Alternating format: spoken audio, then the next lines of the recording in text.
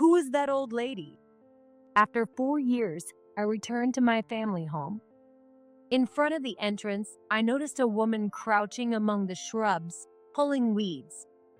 The elderly woman had completely gray hair and was extremely thin, clearly different in build from my mom. She noticed my presence and turned around, revealing her face, and I was shocked. It was none other than my 35-year-old sister-in-law, Catherine. Well, actually, When she explained the reason, I was furious, and I decided to take revenge on those people. I disappeared with Catherine, leaving the household in chaos. Please listen to the dramatic series of events I went through. Children don't get to choose their parents. With that thought, I spent my childhood and now I'm 35 myself. After getting married, I lived far from my parents' home, near my husband Tom's family, with him and our 10-year-old daughter, May. Tom and his parents were, of course, very kind, and life felt like a dream. The truth is, my name is Amy. I wasn't raised with much love from my family. My parents doted solely on my older brother, Evan, who is 2 years older than me. Evan looks just like me, with such a handsome face. Compared to him, Amy's plain. I wonder who she takes after. My mom constantly criticizes my appearance while showering Evan with compliments. Once a daughter gets married, she's gone. It's a waste of money to raise her. My dad would say that too and refused to spend money on me. Evan took advantage of this, shamelessly asking our parents for anything he wanted while I got only hand-me-downs. What's more, whenever he broke a dish or messed something up, he would smirk and say, "Amy did it," and blame me. No matter how much I tried to explain, they wouldn't listen and scolded me harshly, saying, "It's Amy's fault." In those moments, I would escape to my grandmother's room and cry. She had trouble walking and often stayed in her room, using a cane. Grandma was the only person who truly cared about me. Amy, you're a kind and good girl. You'll definitely be happier than anyone. She comforted me with those words like a spell. She even secretly slipped me some spending money from time to time. The house was in my grandmother's name, and there were savings left by my grandfather. Since my parents received financial help from her, they couldn't go against her wishes, so they reluctantly lived with her. Even in such a situation, I often felt hurt at home, but I had resigned myself to it, thinking that I couldn't choose my parents. On the other hand, I had many friends at school, and I was especially close to Catherine, my best friend, throughout elementary, middle, and high school. She lost her parents early on and was raised by her grandparents, which made her situation somewhat similar to mine, as I relied heavily on my grandmother. Catherine, who grew flowers with her grandmother, knew a lot about them and taught me many things. Catherine was beautiful, fair-skinned, and gentle, while I was the leader type and a bit of a tomboy. We were very different, yet we got along incredibly well. But then, something unexpected happened. In high school, when Catherine came over to visit, Evan fell in love with her at first sight. actually, Evan asked me out. I think I'm going to say yes. I felt conflicted seeing how happy she was and gently tried to warn her. I don't really want to say this, but Evan has a pretty difficult personality. Don't worry about that. Everyone has flaws, and I can change him. Though I was hesitant, I thought that maybe with her kindness and patience, she could actually do it. After Evan's persistent efforts, the two of them got married, and my best friend, Catherine, became my sister-in-law. At that time, I was already married, but I stayed with my grandmother at my parents' house for a while because I worried about leaving her alone. However, just when Evan got married, Tom was transferred for work and we had to move. I was unsure about leaving my grandmother behind and moving away from home. I'm fine and still strong. Don't let your own happiness slip away. Go with Tom.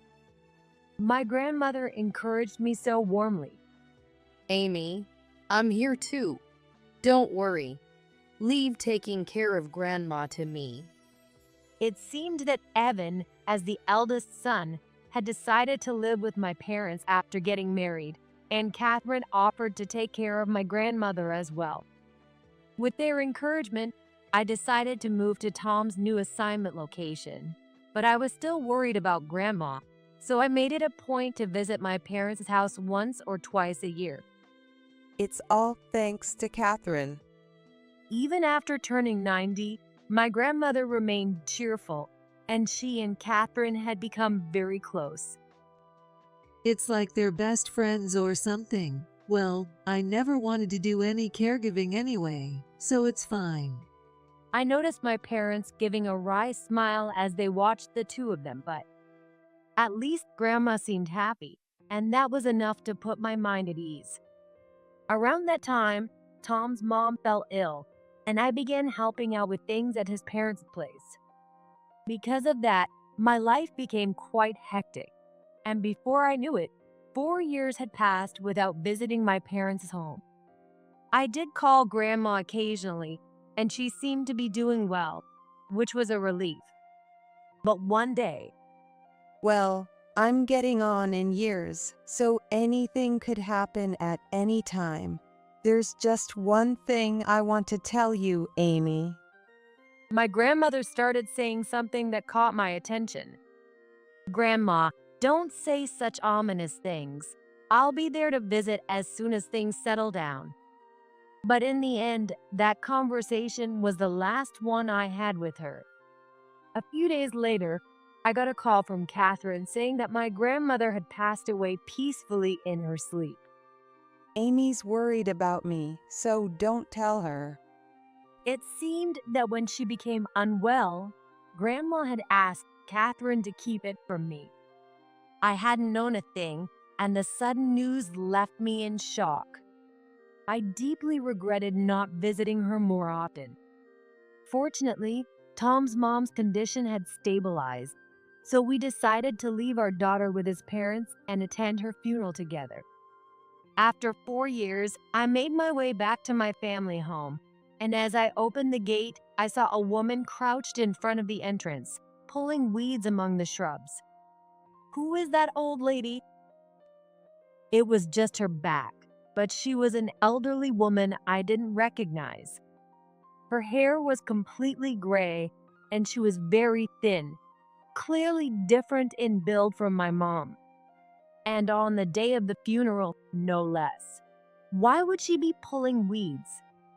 Then, as if sensing my presence, she suddenly turned around. I took a good look at her face and was stunned. It was none other than my sister-in-law, Catherine. "Catherine, what happened to you?" Amy. Oh, you're asking about my hair? Well, it's a long story. Catherine seemed reluctant to explain, but I took her to a nearby park and coaxed her into telling me what had happened. It was clearly strange for someone as beautiful and young as her to have changed so drastically in just 4 years. Well, actually, As I listened to Catherine's story, my whole body burned with anger. This is unforgivable. I decided to seek revenge on those responsible, and I convinced Catherine to join me in planning it. Later, when we returned to the house together, my parents and Evan greeted us coldly. You could have just sent flowers. No need to come all this way. Let me guess, you're after Grandma's inheritance? Well, you're not getting a dime now that you're married off. "I'm not here for that. I just came to say goodbye to Grandma." Even though I was grieving, the first thing they mentioned was money. Evan hadn't changed at all. I held my tongue and bit my lip, but then my mom started yelling at Catherine.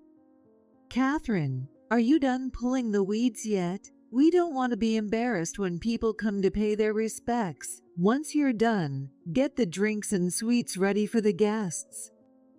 It was obvious from her behavior that she'd been treating Catherine like a maid. It was likely that the stress and exhaustion had caused Catherine to look so worn down. It broke my heart to see what she had endured just because she had married into our family. But Evan showed not a shred of concern for her well-being. On the contrary, they said something that I could hardly believe. To save as much money as possible, we're just going to hold a simple ceremony for Grandma at home. You two better hurry up and get everything ready. And you know, that old woman sure lived a long time, didn't she? I was appalled by their insensitive words, even though they were my own family. Still, for the sake of my grandmother, Catherine and I worked hard together to prepare for the funeral.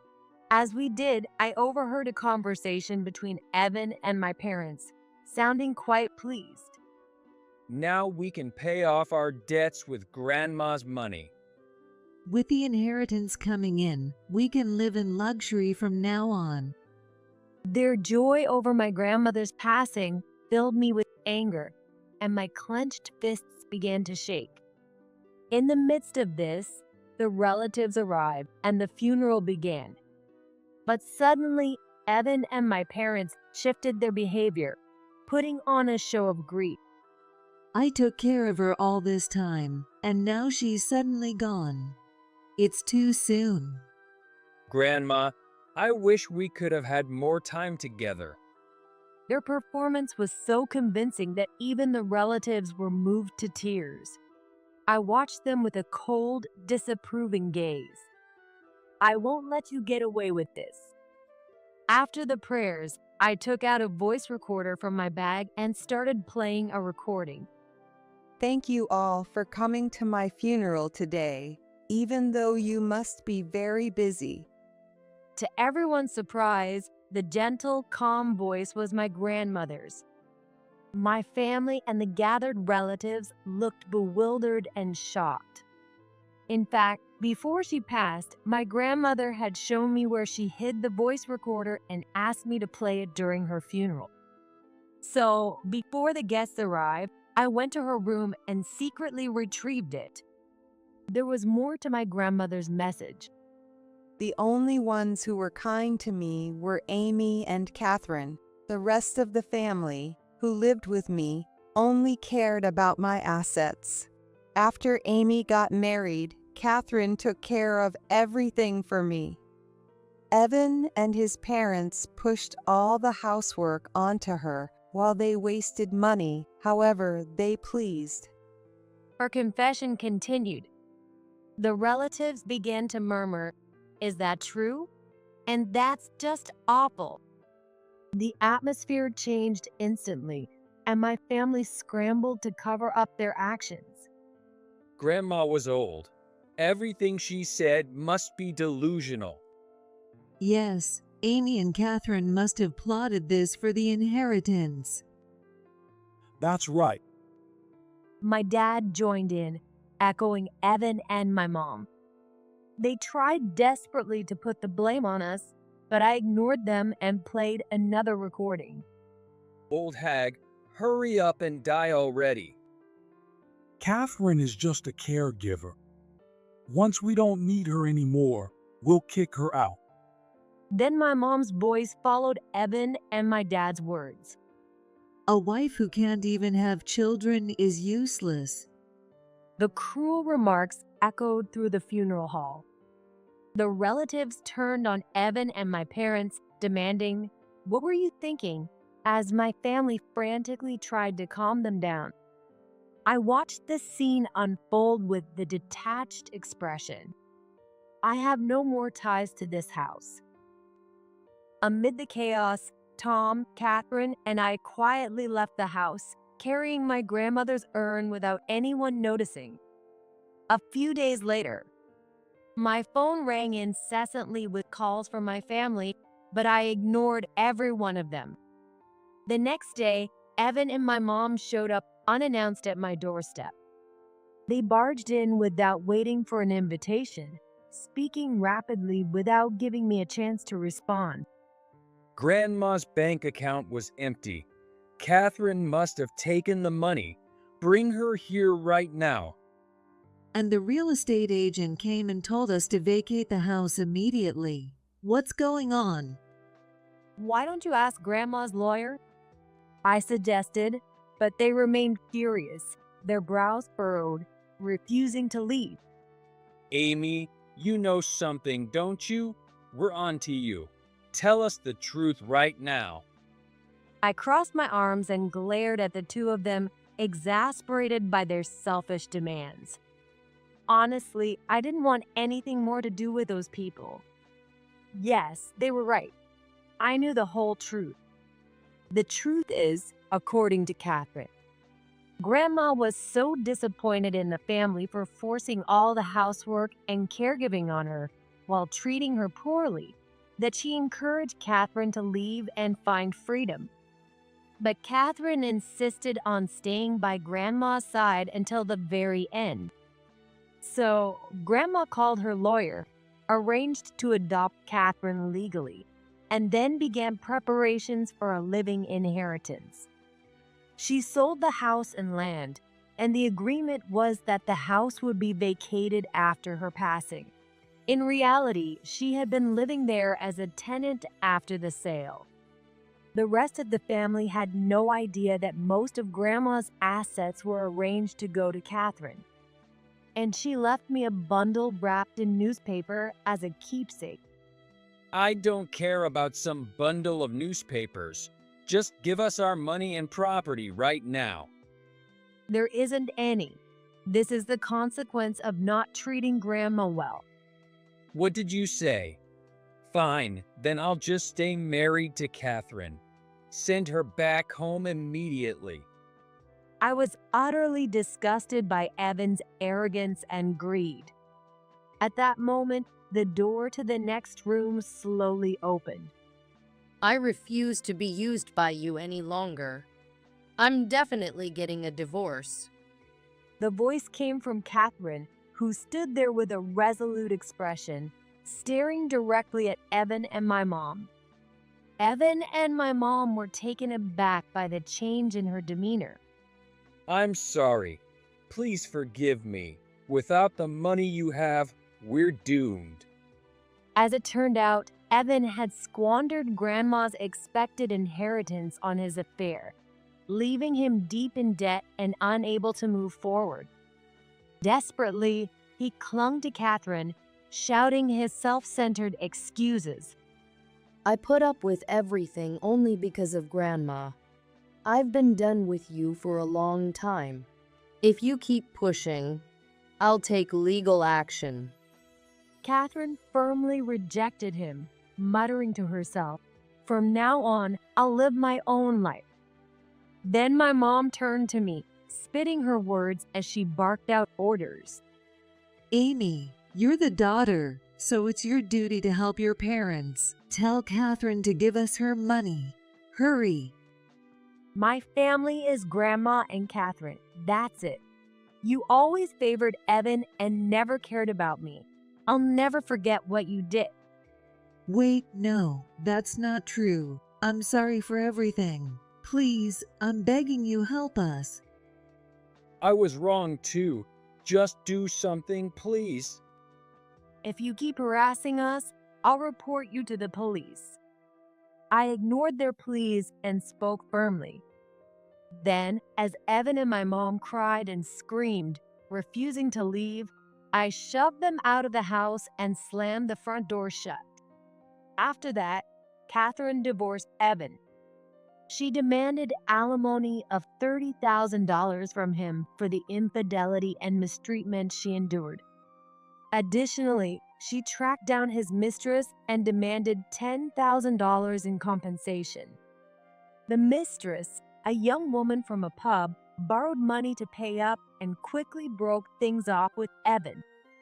As for Evan and my parents, they were left with huge debts and were evicted from the family property. Now they live in a rundown shack near a factory, constantly hounded by debt collectors, working day and night to survive. On the other hand, Catherine used the inheritance Grandma left her to open a flower shop near my home. She dyed her hair a beautiful chestnut brown and returned to her former radiant self, thriving in her new business. Since then, we've been meeting often, enjoying life like we did back in high school. Oh, I almost forgot to mention what Grandma left me. Inside that newspaper bundle were a large gemstone and a luxury watch. Grandma had purchased them with her savings as gifts for me. She wrapped them in newspaper to keep them from attracting attention, a thoughtful gesture to protect the valuable items. If you ever find yourself in trouble, sell these. Amy, you're my treasure. There was even a letter with those words. Even after her passing, I can still feel her love, and it's like she's watching over me from nearby.